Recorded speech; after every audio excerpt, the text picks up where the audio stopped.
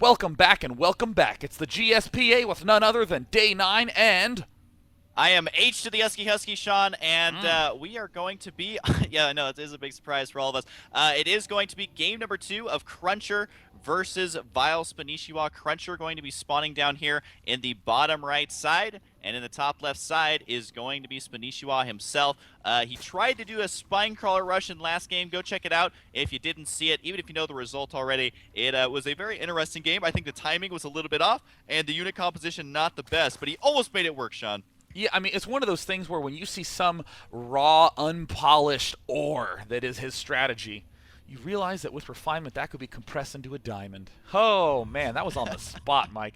Now, to note, though, that that strategy had a lot of flaws in it, but it nearly knocked Cruncher out. I think if more research went into exploiting that creep spread to do more of those fancy spine crawler push styles, that a lot of Zergs might be able to incorporate them as somewhat of a standard, because we've still rarely seen players incorporate the Overlord creep generation as part of their core strategy. Sometimes used to hide buildings, but rarely used to create landing plants, areas for those spine and spore crawlers. Yeah, and one player I think about when you talk about that, Sean, is Idra. I've seen a lot of his builds revolve around, he gets a nice timing versus Protoss where his Hydras are popping out, and then he just sets up the creep highway the second it's ready, and a lot of times Protoss players are not prepared for it because Zerg units on creep are surprisingly much more quick, and especially with something like Hydralisk there. So it is a very viable strategy. I think you're absolutely right. Players are not utilizing it as effectively as they could. It looks like Spanishiwa is once again going to get blocked by that pylon, but guess what? He already has his spawning pool on the way. I guess he knows Cruncher well enough to know he's going to plant that pylon. He's not even going to wait till the probe's almost dead. It's just, boom, there's a pylon. And it looks like Cruncher gonna doubly follow it up. With the Nexus before his Forge. Looks like Cruncher got a critical misread. He thought that the natural expansion hatch was coming up, and another hatchery in the main. Oh, this is a weird spot. I honestly think that if Spanishiwa had just built the extra Zerglings right at the outset, that he would have been in good shape. Looks like Spanishiwa is indeed going for. Wow, 6 Zerglings popping out right now. Gateway Forge just now getting started. All the probes being pulled off. Spanishiwa will be forced to cancel that hatchery.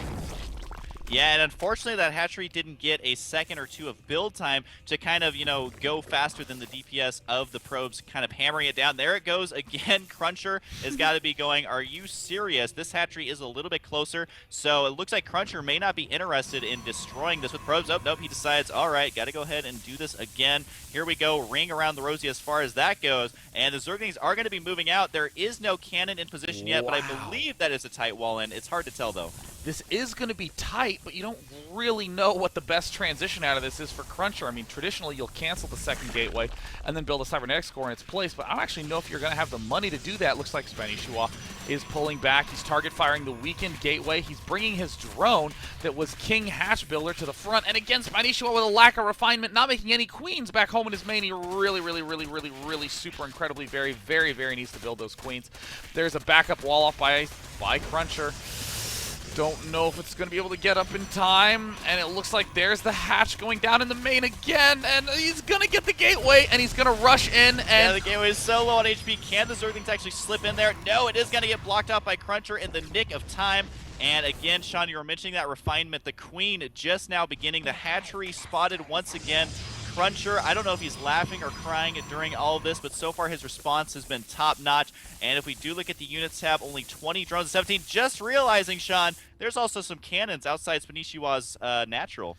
This is always that wait a minute moment for Zerg. We're like, wait, whoa. We're almost at 6 minutes, and there's cannons almost done. I mean, only now are we hitting 6 minutes, and those cannons lining right up with it. So Spanishiwa is going to build another hatch at the bottom left. Still has that drone running around in the main doing the hatch mine delay technique, which interestingly I think is actually hurting the Protoss a little more each time. Cruncher pulls all his probes off mining to kill that one off, and the double re-expand. This game is insane, but I think Spanishiwa has the right idea. I mean, he sees no gash from Cruncher at all. You know, I remember this when I first started watching Spanishiwa, when he very first started to show the no gas, getting 4 queens and defending until you get 4 gas at once. And I was like, you know what, this is a really cool way of playing Zerg. I think more players should do this. And then I'm kind of getting the same feeling here, Sean, where he is playing differently than you would expect. I mean, in both games, he consistently built those hatcheries in the main, and now he's like, okay, Cruncher's in a weird spot. I'm going to double expand, even though I just lost my natural. So I feel like this is the builds he's using are very cool. It's just, it is not refined very well. He needs to build a refinery or some corny joke like that to kind of make it a little bit better. But yeah, I don't know. It's very creative. He's just he's not doing it perfectly correct. There's the, I guess I want to call it second base from Spanishiwa at the bottom left. Oh, Cruncher's probe is going to spot it. We see that there's one Zergling there already prepared to take down that probe. We see that Cruncher has only just now begun mining gas, has hardly any mined in total. Actually, has not even started a sentry, has not even started getting Warp Gate. Looks like he is saving up for that essential Stargate, one of his favorite units, and it looks like he might be heading up now to build it. That probe is moving around there now. With all the dancing, the Stargate does begin. Spanishiwa has his third base up, kind of weirdly in the middle of the map. Zergling speed getting started, and I bet Spanishiwa will have to rely a little bit more on roaches to defend these spread out expansions. But of course, Spanishiwa will be Spanishiwa. Go straight for the lair and the fast evolution chamber. And it will be sort of difficult for him to defend versus these air units, just because you're mentioning how far apart the bases are spread. Usually Spanishiwa relies on queens transfusing each other to take down those air units, but when your bases are this far apart, there's going to be at least one base he can't defend. And Sean, what do you think about getting the lair at this base that's in the center of the map? Do you think that's a very good idea? You know, I think that it's one of those things where you're going to kind of expect that your opponent will always end up spotting your lair at some point, but occasionally he'll scout one spot last. And given the fact that Zerg has control of these watchtowers, I think that this center expansion might actually be safest. I mean, there's still a chance that there could be a warp in, run into the main, given the fact that there's this pylon here at the left. There's still a chance that an air unit could slip down to the bottom left, but weirdly enough, the middle might be least likely of all. And we do see the 2 spore crawlers going down for Spanishiwa there. Zergling speed almost done. 2 more, actually 2 at every single base. This is a very weird game thus far. Yeah, and it's not too uncommon for Spanishiwa to have such weird games. There is going to be Phoenix just now. I was keeping an eye on the Stargate during that. These Phoenix are a little bit delayed. I think Cruncher was just trying to make sure he had enough minerals for everything else, so that it could have been a little bit quicker on this Phoenix, but he is going to be scouting around. A second Phoenix will be following suit. The Spore Crawlers are going to be done. Looks like the Phoenix will spot this right away, decides to fly directly into it, takes a little bit of hull damage there, and he is going to see that Spanishiwa has a lot of drones. It is now 59 drones, but Cruncher, not doing too shabby himself on the workers, also has 53. We see 6, 7 gateways in production right now for Cruncher. That's going to bring him to 8 total. I think that this is the correct response.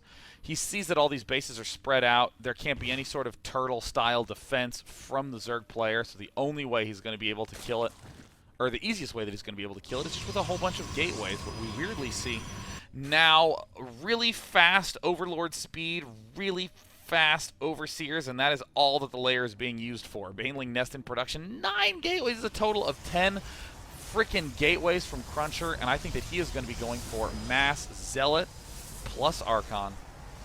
And it looks like Spanishiwa is investing in a Baneling Nest. Looking at the resources, Spanishiwa does have 1,500 minerals in the bank, so he needs to make sure that he can be using that for something. And continuing to produce Zerglings right here, he will definitely, though, need to be investing in something else by the time this army moves out. If he goes against this many gateways, he is going to be in a world of hurt if all he has is Zerglings, especially if Zealots with the legs are completed. So we'll see what Spanishiwa spends this money on, but right now he does have a lot in the bank, and he needs to make a right decision on what to spend it on. And there's a target fire on the pylon at the backside of his base. This is one of the big, important decisions. Of course, Spanishiwa to make... Cruncher's lifting up 2 Zerglings. That'll do it. Oh, wait, no, you lost the pylon. Looks like Cruncher's going to go ahead and get one shot off on each of those Zerglings, and in the meantime, we do see that the Overlord drop, the Baneling speed, the +1 attack is also en route. And are you serious? Cruncher building 4 more gateways? I don't actually think that this is good. I was going to say, can you afford to produce off this many gateways unless he's going to try and find a time where he can just get one cycle of units out of all those gateways at once and then try to beat Spanishiwa there. I don't know how he can do it, though. I mean, 4 more gateways on the way. This is ridiculous how many gateways he has. I mean, it looks like Cruncher is very clearly going for the 2-base all-in. We don't see any Archons getting morphed. We see that Storm has not actually been researched. So I question his choice of... there's finally Archons. Yeah, I question his choice of leaving a whole bunch of Templar around just for feedback. But it looks like he's now investing in some big macro, and we're going to see Cruncher catch up real quick. But I mean, Zergling Baneling with the +2 upgrade coming down, I mean, this could be devastating. Yeah, one thing to mention, the Baneling speed is also done, as well as that attack upgrade for Melee Zerg does make the Banelings that much more powerful, as it does add to their damage. So I would expect to see Zealots melt away if they charge into those Banelings head-on. The Archons will have a little bit more luck with that because they are massive units. They do not count as light units, so they don't take that additional damage. Here comes the push right now from Cruncher. Sean, I would say he needs to make something happen here. Otherwise, there's just going to be a swell of units from Spanishiwa. I mean, the real key is that he needs to make sure that his Zealots don't rush into the Banelings. We see 21 Banelings in production right now, and there's no sentries. Spanishiwa getting into a good position, but the Archons are there, ripping up, doing a great one-shotting on those Banelings. Needs to hit some perfect time. We see the Zealots rushing up. What is Spanishiwa doing? This is a terrible decision.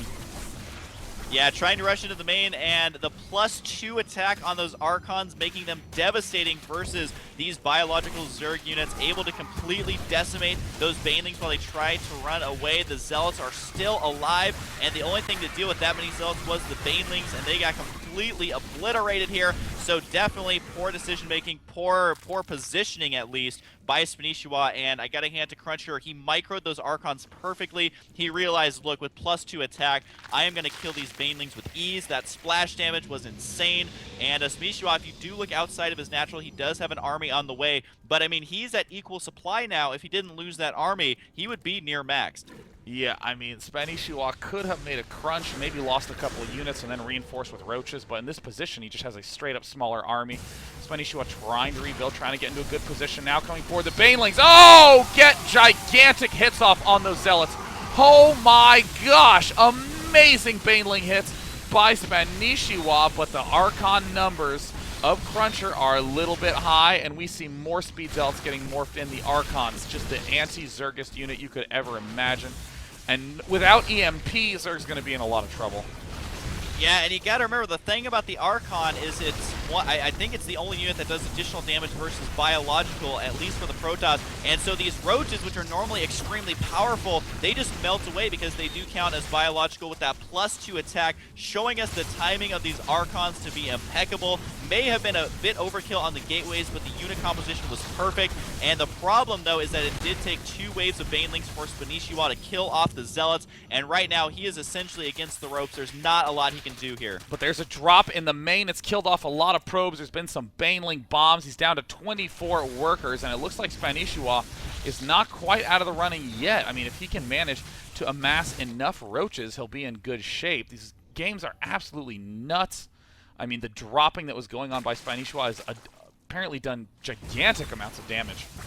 Yeah, he does have a lot of roaches now, 6 in production. A lot of them are just spawning. Can he rally enough of the units to defend his base? I mean, the Protoss base Cruncher, I mean, if he gets dropped again by a lot of Zerglings, he may have a difficult time holding it off. But Spanishiwa now caught in the center of the map, trying to kill some morphing in Archons right now, and he will indeed get that one. And trying to kill this pylon. He just needs to be careful, though, because roaches are darn slow off a creep, and he really has no upgrades aside from the 1 armor. Oh my gosh, these Archons doing huge damage at the natural expansion. We see that there are just not that many probes mining, down to 23. The aggression from Spanishiwa is just gigantic. Now the layer tech is going to be taken down, and does Spanishiwa have an answer? Does he have any units on the map? He has 13 roaches right now. He's going to need to regroup those, but I mean, it's really incredible the amount of damage that we are getting to see out of the Archon today.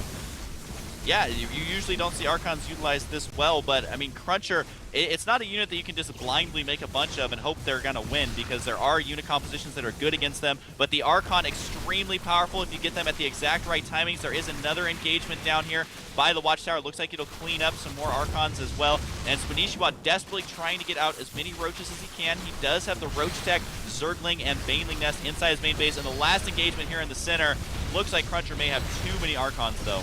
I just cannot believe the damage output that we're seeing from these Archons. Great control by Cruncher. I mean, these Archons are seemingly indestructible. I think that, honestly, the Zealots didn't even matter as much. Just having the Archons there to clean up afterwards. I mean, these are, wow. Holy cow, there's the good game. Yeah, and very manner of Spanishiwa there to say, well played, sir, because honestly, while Spanishiwa's play was a little unrefined, it was still very creative builds that Protoss are not going to have being practiced against, and I got to say that Cruncher responded, I would say, almost perfectly in every scenario. I mean, he sniped those Banelings so perfectly, and the fact of the matter is he got that +2 attack upgrade so quickly that it really paid off. He got it right when he needed it. Focusing down those Banelings was extremely crucial. That first wave of Banelings didn't do a lot, and then you saw where the supplies were very even, that if Spanishiwa was able to do some damage with those Banelings, then maybe it would have been a lot closer game here. But 5 Archons, that is apparently the magic number for Cruncher, and this is definitely one of the most interesting series I've seen. I kind of wish it was a best of 7 going to 7 games, just because, I mean, the play style of these players is so interesting to watch. But once again, Spanishiwa is getting knocked out by his opponent, losing this 2-0. Spanishiwa will have more opportunities for those incredible flareful games in the next 2 weeks here of GSPA group play. And of course, Cruncher finally putting a win on the map in his group. Let's see if he can manage to squeeze 2 more wins out and escape. For now, though, I think that everyone just needs to take a moment to breathe and realize how awesome Archons are and how awesome Spinecrawler pushes can be. And for that, I'm Day9.